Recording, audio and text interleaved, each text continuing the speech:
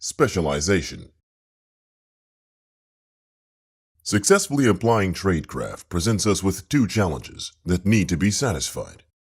On the one hand, as mentioned above, too much tradecraft can be counterproductive to social cohesion and organization. On the other hand, successful tradecraft is an art that is not easy to master for everyone, in every situation. The solution for these challenges is specialization. Entrepreneurs can excel in providing tradecraft services to other actors in the marketplace by providing means of covert communication, opaque trading rooms, untraceable transportation, or insured pseudonyms. This frees other actors from having to unduly invest into these abilities and keeps a culture of paranoia from seeping into everything we do. However, specialization cannot serve as excuse for anyone to ignore this subject or drop the awareness for its necessity. Another area unique to our situation is the integration into the larger economy. Since a sufficient market size and diversity can only be hoped for on the long run, we are required to interact and integrate with other markets unless we want to find ourselves in a subsistence economy. However, this integration comes with great risk. These facts call for a special career that is especially interesting to people that have not yet found their vocation, or who have left their previous vocation and are looking for low capital opportunities. The proxy merchant. A proxy merchant is a bridge connecting the second realm to the first realm while keeping risks at bay. Many ways of bridge building are conceivable, from people who handle exchanges between second realm money and official currencies, to shopping and trading agents. We leave it to the reader to invent his own niche. Security and defense. Let's face it, both the first and the second realm are not flower meadows, where nothing can go wrong, and only peaceful and well-meaning people roam.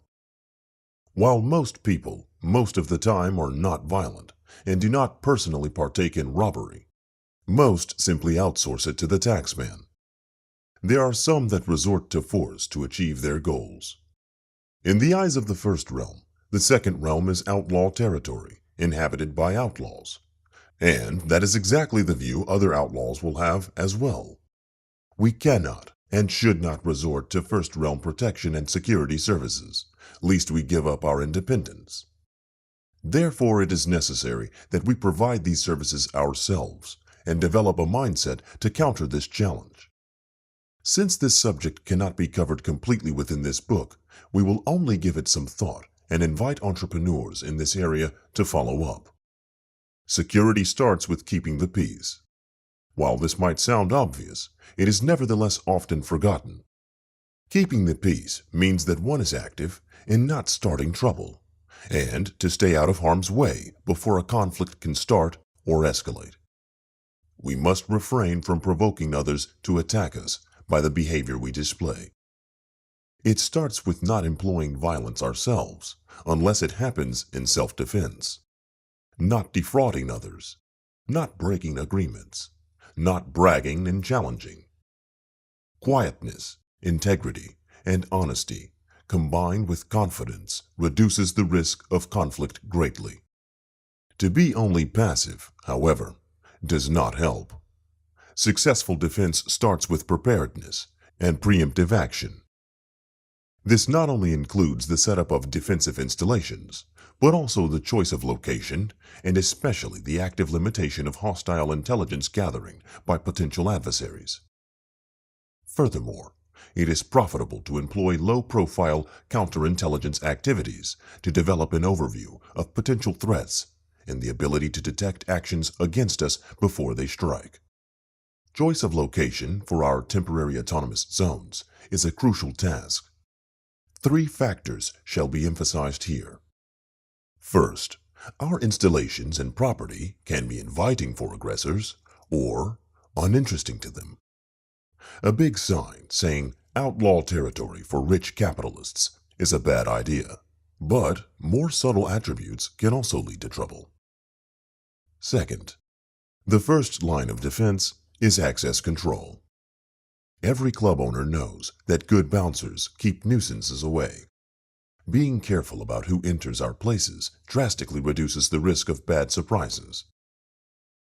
Third, paths of approach to a protected place need to be known, observed, and controlled. Knowing that an attack is imminent and being able to both delay the attacker as well as the number of directions he can attack from puts one in a vastly better position than presenting oneself on a silver tray. To give an almost perfect example for such a place, let us describe a private club that is located in a major city in Europe. The club rooms are on the top floor of a 20-something story skyscraper in the commercial district. There are 3 ways to get to the place: an elevator, 2 emergency staircases, and the helipad on the roof. The elevator and the staircases are guarded by security personnel during the club's business hours and equipped with a CCTV system controlled from within the club's perimeter. The only way to enter the rooms for a regular visitor is to call the club while waiting at the elevator on the ground floor, and if access is granted, the elevator is sent down with a lift boy that has to unlock the top floor with a key. The floor below is an office with different business hours that is integrated into the club's alarm system. In case of a raid, the attackers can be delayed for several minutes while everyone within the club is notified immediately. Potential troublemakers can be repelled far away from the protected zone.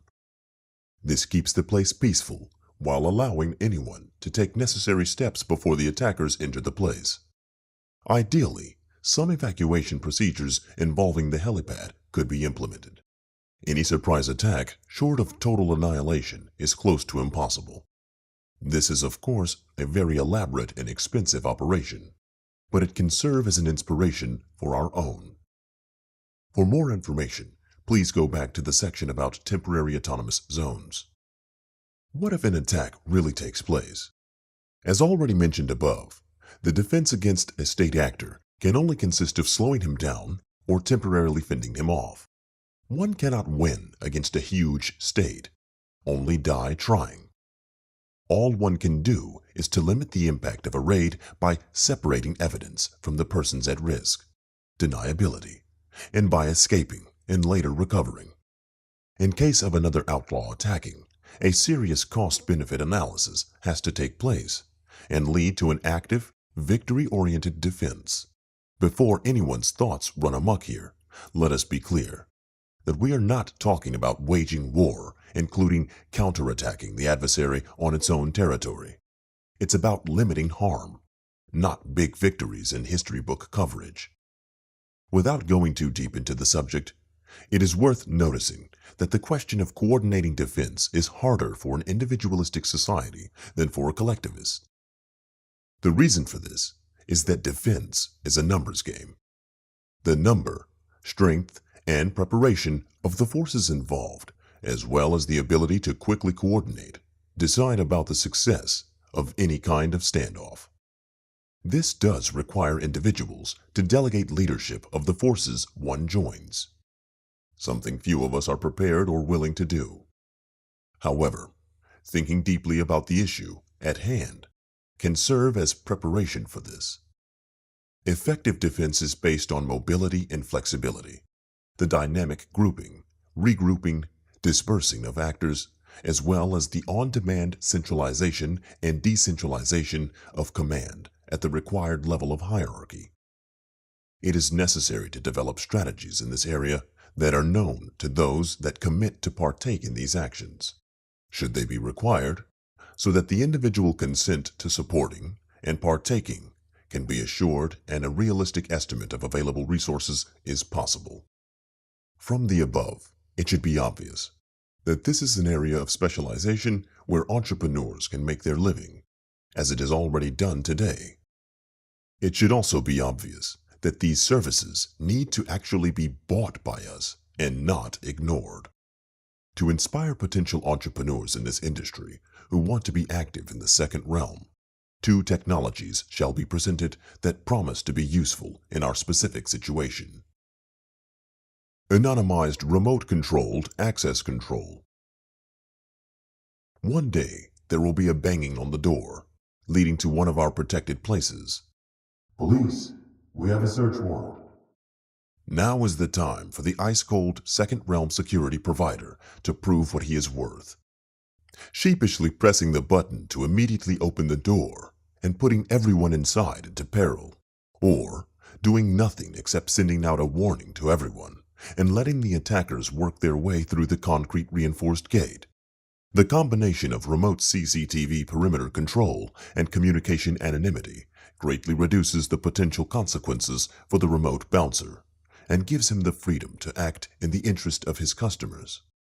To further add security, multiple anonymous operators located at different unknown locations could be required to agree on an action so that neither infiltration, bribery, blackmail, or pure fear can undermine the security of the temporary autonomous zone. Anonymized remote-controlled defense systems. In a future further away, the previous access control systems can be extended to incorporate active, less lethal defense systems. The currently available robotic weapons platforms, similar to those that are used at the intra-Korean border, could in the future be integrated into the arsenal of specialized temporary autonomous zone defense contractors. Again, anonymous communication and remote sensors are the foundation, but this time extended by random task assignments to anonymous off-location operators, so that it becomes impossible for any third party to find proof of who pulled the trigger to fend off the attacking street gang. Contrary to what most people are used to, security is nothing that can only be left to the experts and professionals, even though the security and defense industry provides specialized services. To preserve long-term autonomy, it is necessary to counterbalance the power any security and defense provider can accumulate. While one should be prepared to procure security services on the market and thus pay for them, it is also necessary to have a counterweight for worst-case scenarios in which a security provider attempts to monopolize his position. The time-tested method is to not give up one's own preparedness and abilities of defense. Everyone should be prepared to resist a security provider, willing to do so as soon as it is necessary, and to be eternally vigilant to not let such a potential threat slip our attention. This does of course require coordinated action by many, since a single person will not be able to contain such a danger alone. Therefore, it must be part of our culture to keep a watchful eye on those we pay to defend us. Remember, it is crucial for the lasting liberty and stability of the second realm that everyone is willing, watchful, and able to withstand attempts by security providers to monopolize their industry. Do not let yourself be scared off by the previous section. Active defense measures are commonplace and often go unnoticed to most people. But in the club scene, red light industry, or bouncers, most of the time nothing happens, and most of the remaining times only minor quarrels take place. Life is different from what is shown on TV. In most less developed countries, the provision of personal and group defense is commonplace, since the state does not bother protecting one outlaw against the other, or the public against the outlaws. Being prepared, and attackers knowing that you are, takes most of the risk out of the game. This is true for any potential aggressor, state or not. Let us hope that preparation is enough. The blessings of technology. Many of the tasks we are confronted with seem to be impossible to solve at first glance. And just a few decades ago, that would have been a correct assessment. Luckily for us, technology advantages of the last 30 years open new opportunities. Two areas in which technology can help us shall be explored in the following. The oppression by the first realm forces us to employ methods to conceal our actions and to leave no evidence behind. Anonymous communication technologies, many of which are available right now, allow us to send and receive messages, surf the web, and offer digital services in a way that neither sender nor recipient can be identified by third parties. Darknet systems give us the leverage we need to operate our own access-controlled and anonymous communication networks as an inconspicuous overlay of the Internet. Encryption allows us to send messages only intended recipients can read.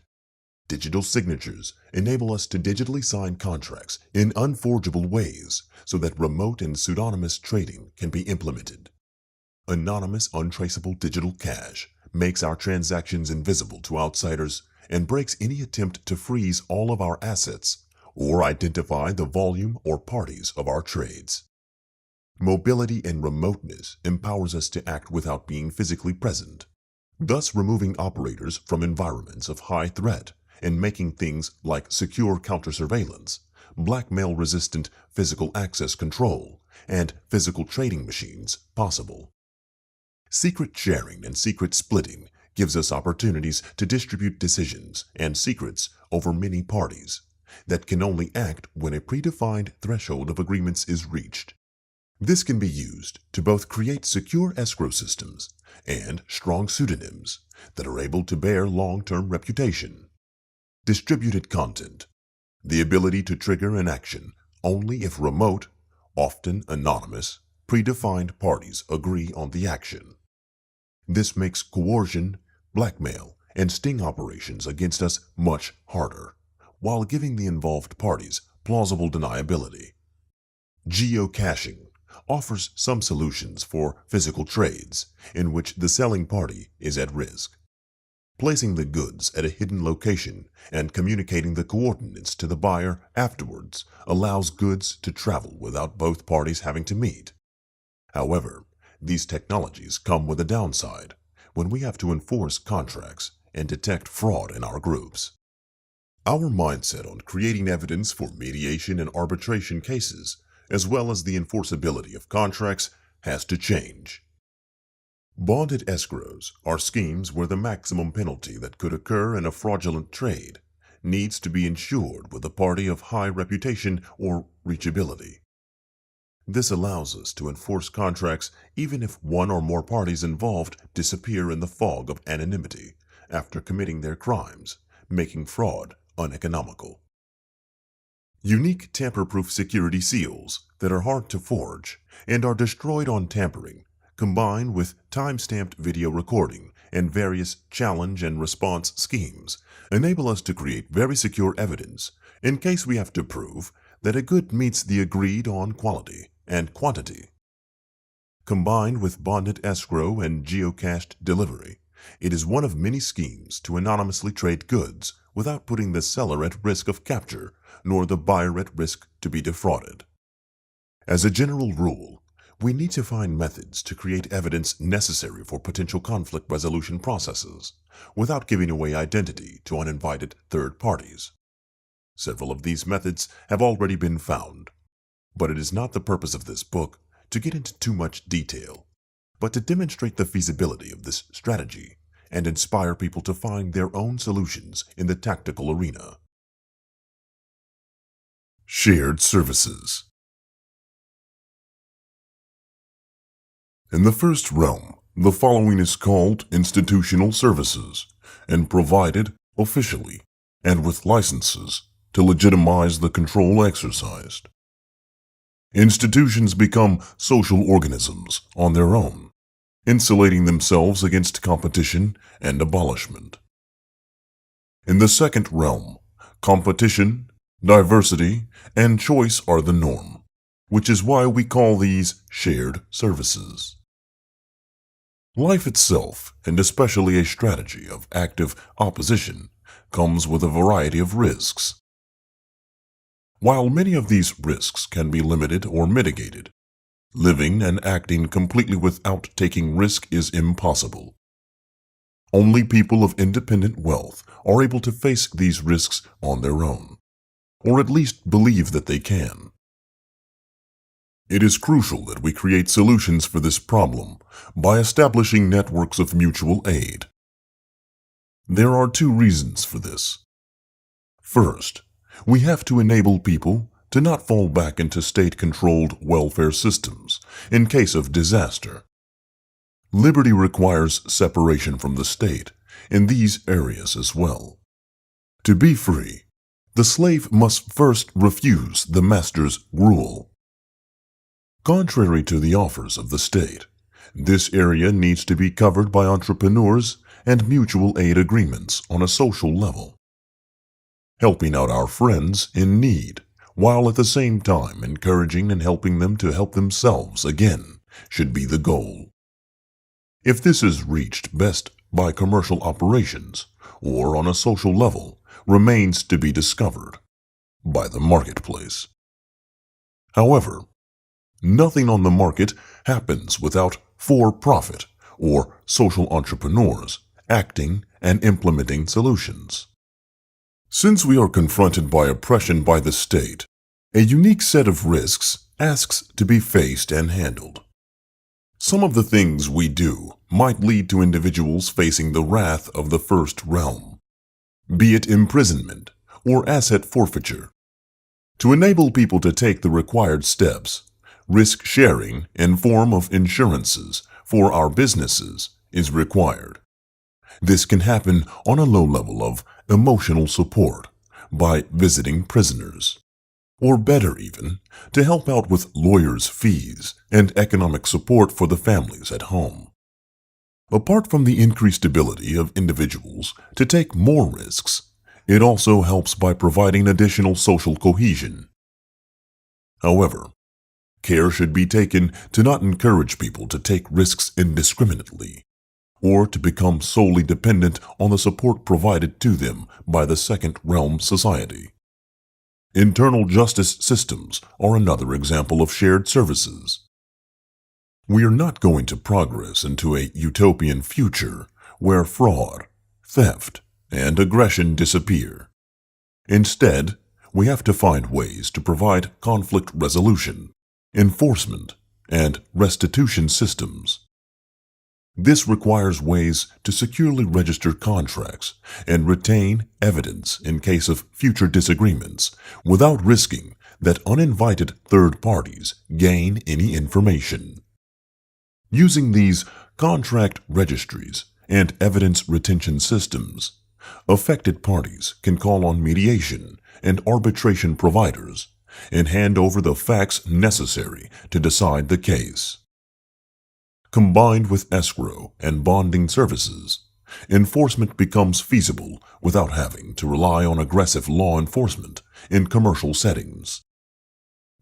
Furthermore, strong pseudonyms and reputation systems can provide means to reduce future risk of questionable actors and serve as a social restraint against repeat violations. Trading posts that provide anonymous deposit boxes that are accessible through tradable digital warehouse bonds are one solution to protect both buyers and sellers by reducing the need to conduct trades in person. Another idea is the use of trading tables that can be reached from both sides only by hard-to-observe corridors and that feature a barrier between the parties that cannot be easily climbed over and which conceal the identity of both parties. Buyer and seller hold each other with one hand during the trade, preventing one side from running away, with only one half of the transaction having taken place, and use the other hand to move goods between them. Essentially, these trading tables resemble a bank counter, except in protecting both sides equally. Both these services could be provided by competing business clubs or trading halls that differ not only in price, but also by the methods they provide for secure trade. Another institution, provided by the state system, that must be replaced by second realm shared services is money, and its transfer and settlement. Money is an incredibly powerful cultural symbol that offers ways for mutual recognition and can represent the core values of a society. It is likely that the second realm will focus on independent currencies, probably weights of gold or silver, and should do so to separate itself from the first realm. Furthermore, anonymous digital money and transaction systems can overcome geographical limitations and First Realm regulation and control. Converting First Realm into Second Realm money and bridging the gap between physical and digital monies is a task that makes a special kind of entrepreneur necessary: the over-the-counter exchanger. An OTC exchanger will buy and sell one currency for another, with the transaction being immediately settled for the customer. While this business comes with some definite risk, it is also accessible to people with limited capital or reputation, since no paper trail is created and the settlement risks are minimal. Networks of OTC exchangers connected with digital currency allow global, almost immediate transfers of value at minimal cost, with low risk for the customer, making the second realm virtually independent from state-controlled banking and money. Security through financial penalties. As a closing remark on this chapter, it is important to recall that financial penalties alone are not sufficient to provide security in trade. The state is an opponent with deep pockets that can outbid us and wage a war of resources against escrow and bonding systems. It is therefore necessary to also create a social system that keeps this threat in mind and puts leverage into our hands, lest we want to be outspent. The Second Realm. Philosophy. So far, this text has dealt with rather depressing subjects like security, defense, analysis of our situation, and the threat of oppression we face. In this chapter, the focus will be on the fundamental whys, the motivation for choosing this struggle, and what it promises us. Why all this trouble? Are we not free already? Do we not enjoy a high level of prosperity? Why bother? Because we are not nearly as free as we should be, as we are maybe meant to be. And what is that liberty we talk about? What is liberty? Without going too deep into the philosophies of liberty here, one has to differentiate between two major lines of libertarian thought. The one is the argument from the consequence, that increased liberty raises prosperity, and that prosperity is the goal to target, so that hunger and other perils disappear.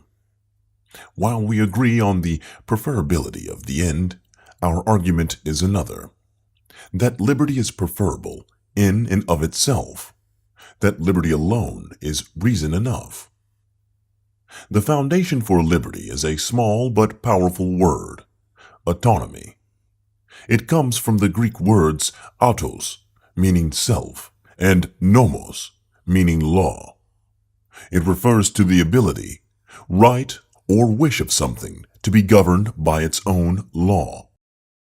Anarchism is therefore not what the media tells us: the presence of chaos or lawlessness, but instead the presence of law chosen by those that are covered by the law, contrary to a law given by rulers to handle subjects.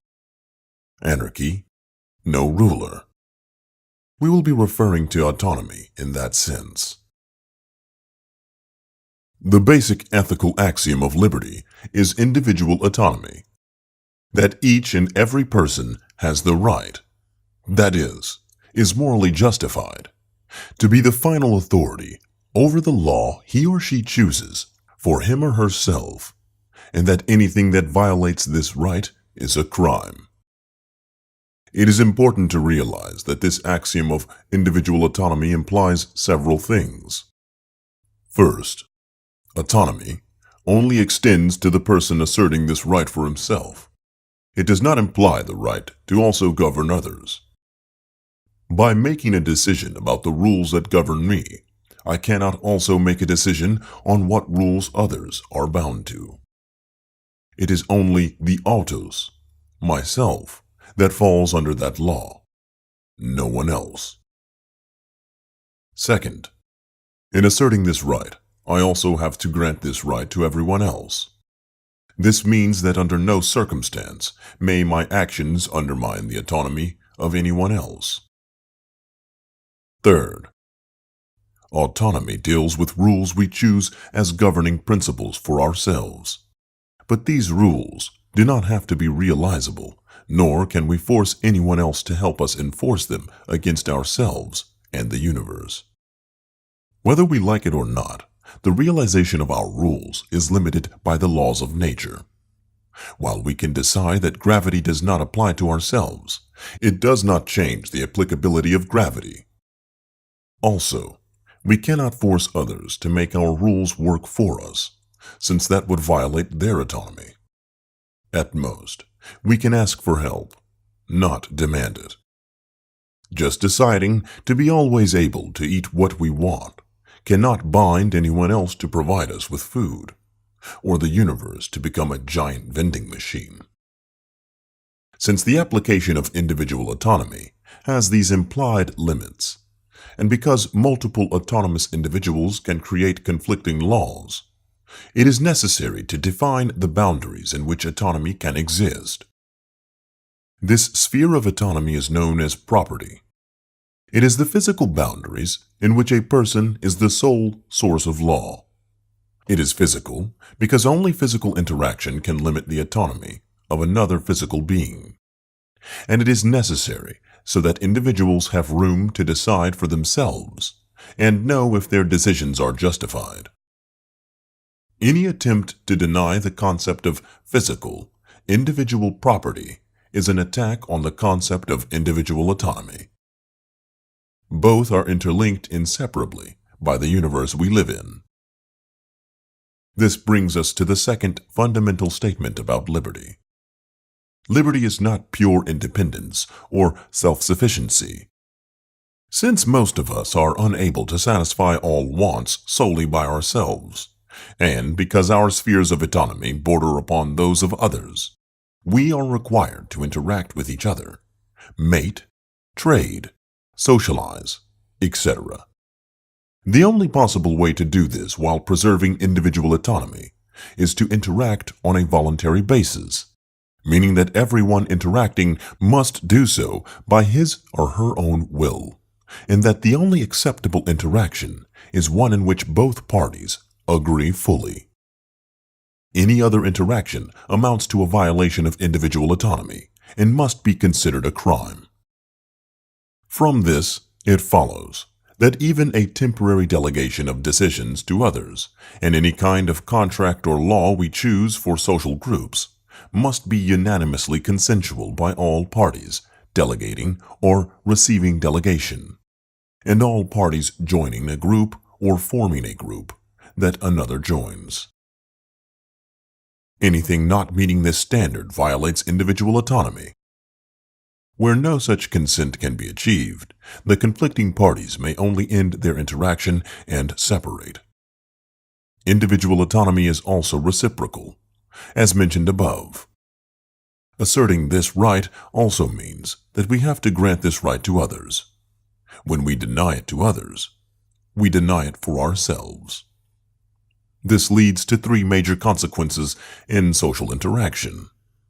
First, any violation of autonomy, a crime, can only be met and punished by an equal reduction of autonomy of the offending party and the reasserting of the autonomy of the offended party. Crimes are therefore answered by first making the victim whole, and secondly, by applying the same harm to the culprit. This constitutes the basic maxim of justice under individual autonomy, and the highest justified punishment in any case. However, it leaves room for the victim to pardon the offender whenever the victim chooses, or to voluntarily agree with him on a different form of restitution. Second, the only party entitled to restitution is the victim. The only party liable to restitution is the offender. An action that has no victim cannot lead to punishment. Any other kind of justice would be criminal in itself, because it violates the individual autonomy of parties that did not act. Third, asserting one's autonomy also implies the right to defend against violations thereof, under the same principles of justice mentioned above. For that, a crime must be underway, and any defense must be relational to the violation. Shooting someone because he might come to your house and steal someday is clearly not permissible, and killing a person for trespass is not either. Fourth, even if someone has violated our autonomy, or has not asserted his own autonomy, does not imply that this person has no autonomy that must be respected by us. A tax collector does not lose his right to autonomy, and it is not justified to hang him from the nearest tree. Nor does the tax subsidy stolen from your pocket entitle you to use a service over and above the justified amount which would have been found as restitution. We shall end our excursion into the philosophy of liberty here. Many more elaborate thoughts have been written by others. Instead, one should stop for a minute and think about the above. Does it make sense? Does it not also ask us to live that way? Is it not so right that it demands our support? What is it that liberty really gives us? Surely it is not prosperity that makes liberty so important in the first place, though it is a nice side benefit. On the one hand, liberty is the fundament to our humanity. It is that what leads us to self-motivation, self-determination, but it is also what allows us to interact pleasantly with others. Liberty is peace. Not a peace based on threats of mutual annihilation or cowardice, but instead founded on what makes us special as humans. Liberty is what gives us the room to become more human, to live in accord with our ethical and moral beliefs, to progress, to be in peace with others. In short, one cannot be fully human without also being in liberty. First implications. The ethics of individual autonomy have consequences for the culture of the second realm, and the interactions we have with the first realm. We do have to respect the individual autonomy of first realm persons, and even the decisions they have foolishly delegated to institutions and governments beyond their control. This does not mean that the resulting systems are ethical, but they are the will of many. It is thus not for us to take down those systems, but rather to offer ethical alternatives, to open doors into the second realm where people can fully embrace their humanity through liberty. This is required for several reasons. First, it allows us to keep the moral high ground. While this is not a reason in itself, it justifies our position and shows respect to the individuals on the other side, reducing emotional opposition against the second realm. Second, it is necessary to preserve the ethical integrity of the second realm. Michael Gaddy said, "The battlefield of freedom is littered with the bodies of those who believe in compromise." Compromising on our ethical foundations in relation to the first realm will also taint these foundations within the second realm. This calls us to keep the peace with the first realm as long as it is up to us, to not intervene in the first realm, to radically keep the two realms separate. There is no place for standoffs. This strict separation and the respect for individual autonomy also implies that we do not needlessly violate the laws of the first realm, but instead either confine ourselves fully to the second realm or live a double life, paying taxes in the first realm and keeping its laws while we are located there, and ignoring the first realm whenever we are located in the second. This also includes to not profit from first realm redistribution and to pay for the services you consume while there. While these might be hurtful suggestions to many arch-libertarians, they are not without justification. Such a behavior both protects the autonomy of the second realm, and it also shows respect to the individual autonomy of first realm inhabitants, even though their autonomy is wasted. In addition, It helps us make a decision to invest into the second realm and move there completely, fully withdrawing ourselves from the first realm. For most of us, the move from the first to the second realm will be a progressive one, a floating scale of radicalization and involvement. Some will stop short for various reasons, bearing the consequences. To be able to implement such a progressive withdrawal and strict separation makes the drawing of boundaries between the realms necessary. The clearest of these is that our physical and digital temporary autonomous zones and any interaction between only second realm inhabitants belongs to the second realm exclusively, with everything else being in the first realm. The second realm. Culture. Introduction. It is easy to understand that the development of our own culture of the second realm is necessary, but attempts to artificially create culture are not only impossible, but also counterproductive. Culture is a spontaneous order that is shaped by the individuals of a society, reflecting their individual decisions and mentalities. Nevertheless, there are several things that contribute to the formation of culture. One of the most exciting is the influence of art, music, and literature that springs from a cultural context and feeds back into it. The imagination of artists often becomes the inspiration to many. It will be exciting to see the creativity in this area. Another influence is that of necessity. Culture encodes and optimizes social interactions, which are shaped by the reality that society finds itself in. Specific challenges and threats, but also abundances and blessings of environment flow into and through culture. Compare the longing songs of the desert people with the joyful dances of jungle tribes. Ethical, moral, and religious values are another point to mention. While they are often only reflections of the culture already in place, they also appear in the function of culture founding factors. This is especially apparent in cultures that did not evolve over a long time, but rather rapidly, like much of the United States of America.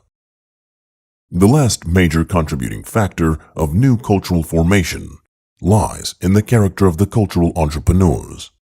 It is this boldness, courage, mental clarity, and creativity that sows the first seeds of cultural movements and founds new societies. Those who intend to partake in the formation of the second realm culture should do so with confidence and boldness, but also in mutual support and encouragement. Many experiments and failures will be required before any significant process takes place, and every member will partake in the formation of a new society. Therefore, we must limit ourselves to contribute to the factors of necessity and ethical values in this text, but we cannot refrain to also let our dreams flow into it. A picture drawn.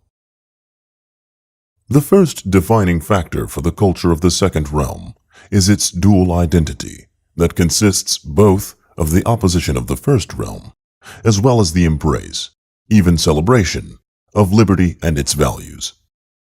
While we are on the one hand outlaws, we are not lowlifes. We are cheerful, colorful, but also serious and realistic outlaws. Our society is not homogeneous. Hierarchies are close to non-existent. Where hierarchies exist, they are through authority of knowledge, action, character, and exist only so long as they are actively supported by those affected, which is usually not very long.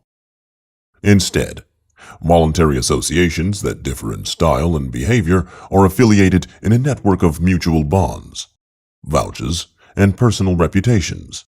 No one leads, but many inspire. It is a dynamic, close, parallel society, sometimes hidden, a crypto society, but always a society of cheerful outlaws who value mutual respect. Reputation and respect are probably the strongest unifying aspects. While respect is willfully extended until proven misplaced, Reputation must be earned by ethical behavior and entrepreneurship. We praise those of us that are successful, those that take risks, and those that pick themselves up after failures. Honesty and contract are holy, and secrets are respected, as they not only protect, but also add spice to life. Neither reputation nor respect are empty words for us. They are also ways of binding and help to mutually develop. We communicate them tangibly by vouching for others, underwriting and extending bonds to protect our business partners and peers. In this web of tangible relations, people draw each other up the ladder of affluence, but also quickly sort out evildoers and scam artists. We also respect property without becoming slaves to our hosts. Everyone makes it crystal clear where his boundaries are, and permission to enter is asked and local rule respected. Many use commonly understood symbols to quickly communicate what they are unable to tolerate on their property. However, no one has to ask for permission beyond that, or to do anything with what he owns. No one has to be consulted, nor licenses procured. Individuals operate for themselves, decentralized, spontaneous. It is easier to ask for forgiveness for honest mistakes than to ask for permission. But we are not without respected order and accepted rules. Criminals have to face the trial of their networks, and hardened thieves usually wake up with their just restitution returned to their victims. Those that come to destroy our society are not met with torches, but instead are widely shunned and ostracized, not infrequently finding their mugshots at the entry of our zones, some with not-so-friendly notes attached. Respect for property not only extends to the physical territories we occupy, it is integral to the less visible parts of our world, much of which remains unseen to observers, hidden behind encrypted, anonymous digital communication. This connects us and creates another realm where property is privacy. We protect our secrets. We value them. Protecting our privacy becomes second nature to us, liberating us from the prying eyes of our enemies. But our privacy is also a key symbol for the autonomy we live. We are taking back what a totalitarian outer world wants to steal from us. What fences are to atoms. Data privacy technology is to bits and bytes. We claim that both are owned by us alone. This is our place. Our places of trade arouse amazement in visitors. As a culture in exile, we have developed unusual practices of trade, with some of us excellent in tradecraft. Be it wearing masks when settling a deal, or blind handshakes to agree on prices, it only covers half of what is going on.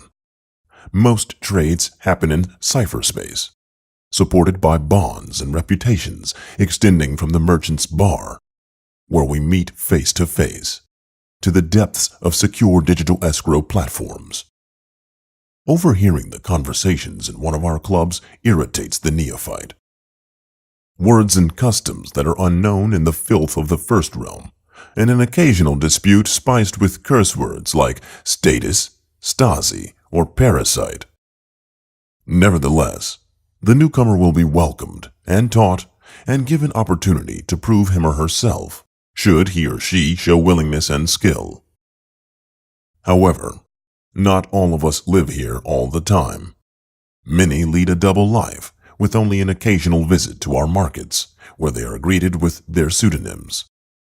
Others operate their business half a day in the first realm and open shop in the second after sunset. Still others are true ghosts to the first realm, having no footprint there except for traveling through it from one autonomous zone to another.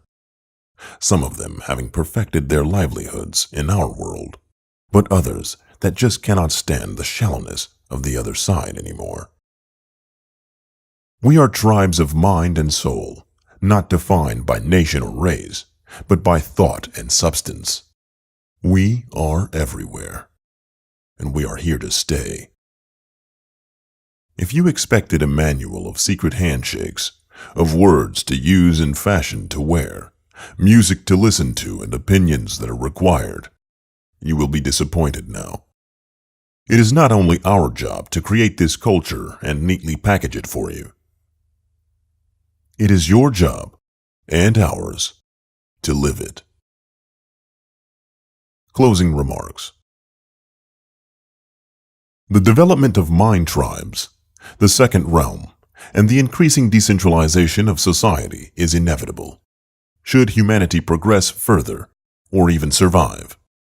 We can see this in a multitude of areas, especially in globalization of trade. The failure of big media, individual digital communication, and the demise of nationalism. Today, people often feel nearer to others who live on the other side of the globe and subscribe to similar ideas and culture than their physical neighbors. However, this natural process of self-liberation is met by opposition because it also breaks a lot of business models, threatens parasitism, and the mental control over others that many people find so satisfying. It also destroys the status quo and the comfort of everyone relying on it. And it ends the equal pain for everybody meme that drives so many who are hurt and abused. While these might be big words, they are nevertheless true. If we do not act and implement more liberty, the days of humanity might well be numbered. We live in interesting times that will shape the future, and it is up to us to shape it in a human, a free, and an ethical way. No one else will, and it is time to stop asking for permission or looking for excuses. If you ever wanted to save the world, this is your chance. And if you just want to live rightly, yourself, and you are not interested in the big scheme of things, this is for you as well. Oh, and did we mention that it will be fun? Next steps. Should you find this strategy attractive, the question of where to go from here needs to be answered. These are some hints on how to proceed. 1. Make it your goal to achieve liberty based on this strategy, or a variation of it. 2. Tell others that you are committed to being active for liberty. 3. Dedicate some of your time on a regular basis to spend working on the second realm. 4. Start saving so you can invest into the second realm when opportunities come up. 5. Take digital privacy seriously. Start using PGP, I2P, and similar. Learn about secure behavior. 6. There are some digital autonomous zones out there. Join them and spend time building your reputation. 7. Network with others, but not only in the digital, but also in the physical. Have a few drinks together or start a project. Declare your meetings as being autonomous. 8. Give up collectivist thought, especially asking for permission and requiring others to support you before you do anything. 9. Give up the quest for philosophical homogeneity. We will always differ in the details. 10. Start or support local OTC exchangers. Build a position of digital currencies so you can partake in covert commerce. 11. Live a culture of liberty. Support the autonomy of others visibly. Respect. 12. Insert kindness and strength into the world. Charity and justice are for you to do. 13. Encourage others to work for liberty, who invest and produce. 14. If you're an artist, writer, musician, fashion designer, or whatever, run wild in creating our new culture. 15. Begin with defining your boundaries. Shun people who actively attack liberty and deny autonomy to others.